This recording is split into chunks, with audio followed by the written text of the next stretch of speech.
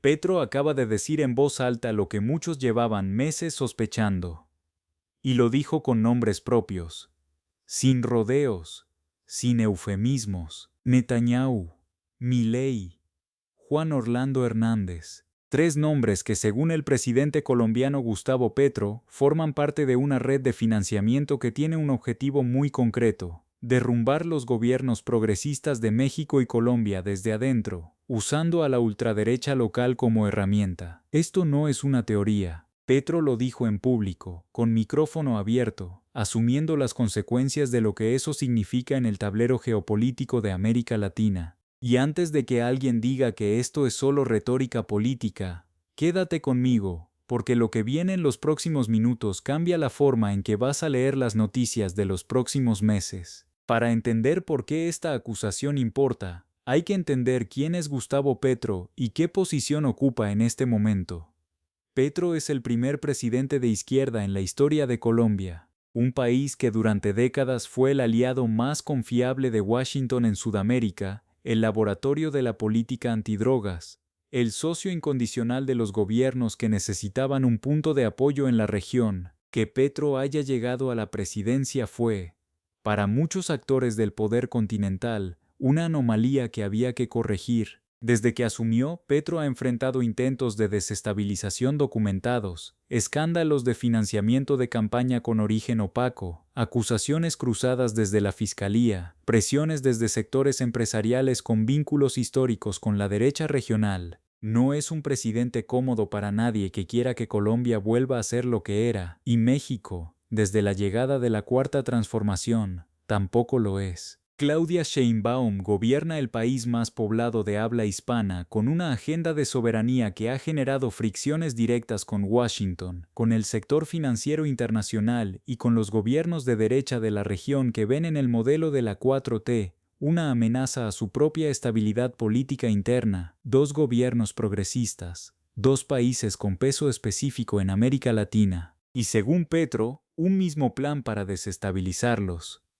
Ahora bien, ¿qué dijo exactamente Petro y sobre qué base lo dijo? El presidente colombiano señaló que existe una red de financiamiento que conecta a figuras de la ultraderecha internacional con operaciones políticas en Colombia y México, y nombró a tres actores que a primera vista podrían parecer inconexos pero que Petro coloca en el mismo circuito. Primero, Benjamín Netanyahu, el primer ministro israelí que lleva meses en el centro de una de las crisis humanitarias más documentadas de los últimos años y que ha construido alianzas políticas con la derecha más dura de Europa y América. La conexión que señala Petro no es ideológica solamente, es operativa.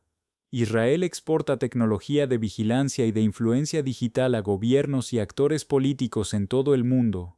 Eso está documentado. El caso del software Pegasus que afectó a periodistas y activistas en México es parte de ese mismo ecosistema.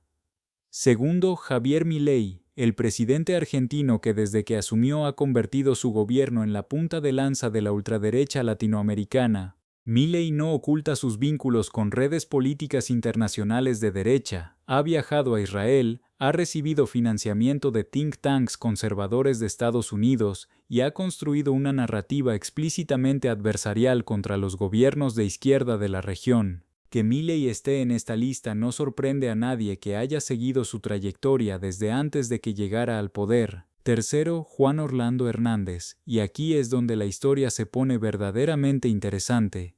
Juan Orlando Hernández fue presidente de Honduras entre 2014 y 2022. Fue el aliado más incondicional de Washington en Centroamérica durante esos años, el hombre que garantizaba la estabilidad del corredor que va desde Colombia hasta la frontera con México. Y en 2024, un tribunal federal de Nueva York lo condenó a 45 años de prisión por tráfico de cocaína y uso de armas de fuego. Fíjate bien en ese dato. No es una acusación, es una condena. Un expresidente centroamericano que operó durante años como socio estratégico de Estados Unidos fue encontrado culpable de financiar su gobierno y su permanencia en el poder con dinero del narcotráfico. Cuando Petro coloca a Hernández en esta red, no está haciendo una acusación sin sustento. Está señalando que los vínculos entre el crimen organizado transnacional, el financiamiento político de la ultraderecha y las operaciones de desestabilización en la región no son tres fenómenos separados, son parte de un mismo sistema. Y aquí entre nosotros, eso es exactamente lo que los medios corporativos de la región no quieren que conectes, porque si conectas esos puntos, la narrativa del narcoestado mexicano que Trump repite cada vez que necesita presionar a Sheinbaum se cae sola. Si el hombre que condenó el Tribunal de Nueva York por narcotráfico era el aliado preferido de Washington en Centroamérica, ¿quién tiene realmente el problema con el crimen organizado? Esa es la pregunta que Petro está poniendo sobre la mesa, y es una pregunta que incomoda a mucha gente con mucho poder. Ahora bien, hay algo más que no se ha dicho suficientemente en la cobertura de esta declaración. Petro no está hablando en el vacío, está hablando desde un contexto en el que Colombia y México han reforzado su coordinación diplomática de manera significativa en los últimos meses. Sheinbaum y Petro comparten no solo una afinidad ideológica, sino una lectura similar de los riesgos que enfrenta la región. Cuando México rompió relaciones con Ecuador tras el asalto a la embajada en Quito, Colombia fue uno de los primeros gobiernos en respaldar la posición mexicana. Cuando Trump amenazó con aranceles y con operaciones militares en territorio mexicano, Petro fue uno de los pocos presidentes de la región que salió a decir públicamente que eso era inaceptable. Esa coordinación tiene un valor geopolítico que va más allá de la simpatía entre líderes. México y Colombia son juntos las dos economías más grandes de América Latina después de Brasil. Si los dos gobiernos progresistas de esas dos economías logran mantenerse estables y coordinados, el equilibrio de poder en la región cambia. Y eso, para las redes que Petro está describiendo, es el escenario que hay que evitar a toda costa. Cuando estaba preparando este análisis y revisé la cronología de los eventos que Petro está conectando, hubo un detalle que tuve que releer 2 veces. El financiamiento de operaciones de influencia política en América Latina no es nuevo.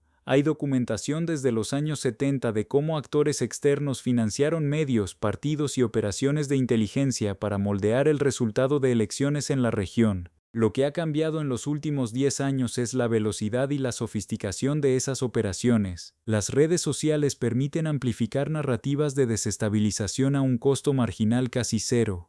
Un escándalo fabricado puede volverse viral en 48 horas. Una acusación sin sustento puede generar una crisis de gobernabilidad antes de que el gobierno afectado pueda responder con datos. Y si además hay dinero fluyendo hacia medios locales, hacia grupos de presión y hacia operaciones legales diseñadas para paralizar al gobierno, el efecto se multiplica. Eso es lo que Petro está describiendo cuando habla de financiamiento de la ultraderecha.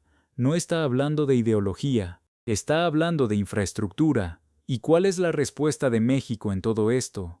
Sheinbaum ha sido consistente en algo que vale la pena subrayar. No reacciona a la provocación, responde con datos. Cuando Trump amenazó con aranceles, la presidenta presentó las cifras de interdependencia económica bilateral. Cuando la narrativa del narcoestado se intensificó desde Washington, el gobierno mexicano respondió con los datos del Gabinete de Seguridad y con las cifras de homicidios que muestran una tendencia a la baja sostenida desde 2023. Esa metodología, responder con datos en lugar de con retórica, es exactamente lo que desmonta las operaciones de desestabilización que Petro está describiendo, porque esas operaciones funcionan en el terreno de la emoción y la percepción. Cuando el gobierno responde con cifras verificables, le quita el oxígeno a la narrativa. Pero hay algo que todavía no está del todo claro, y vale la pena decirlo con honestidad. Petro ha lanzado una acusación de enorme peso sin presentar todavía la documentación completa que la sustente.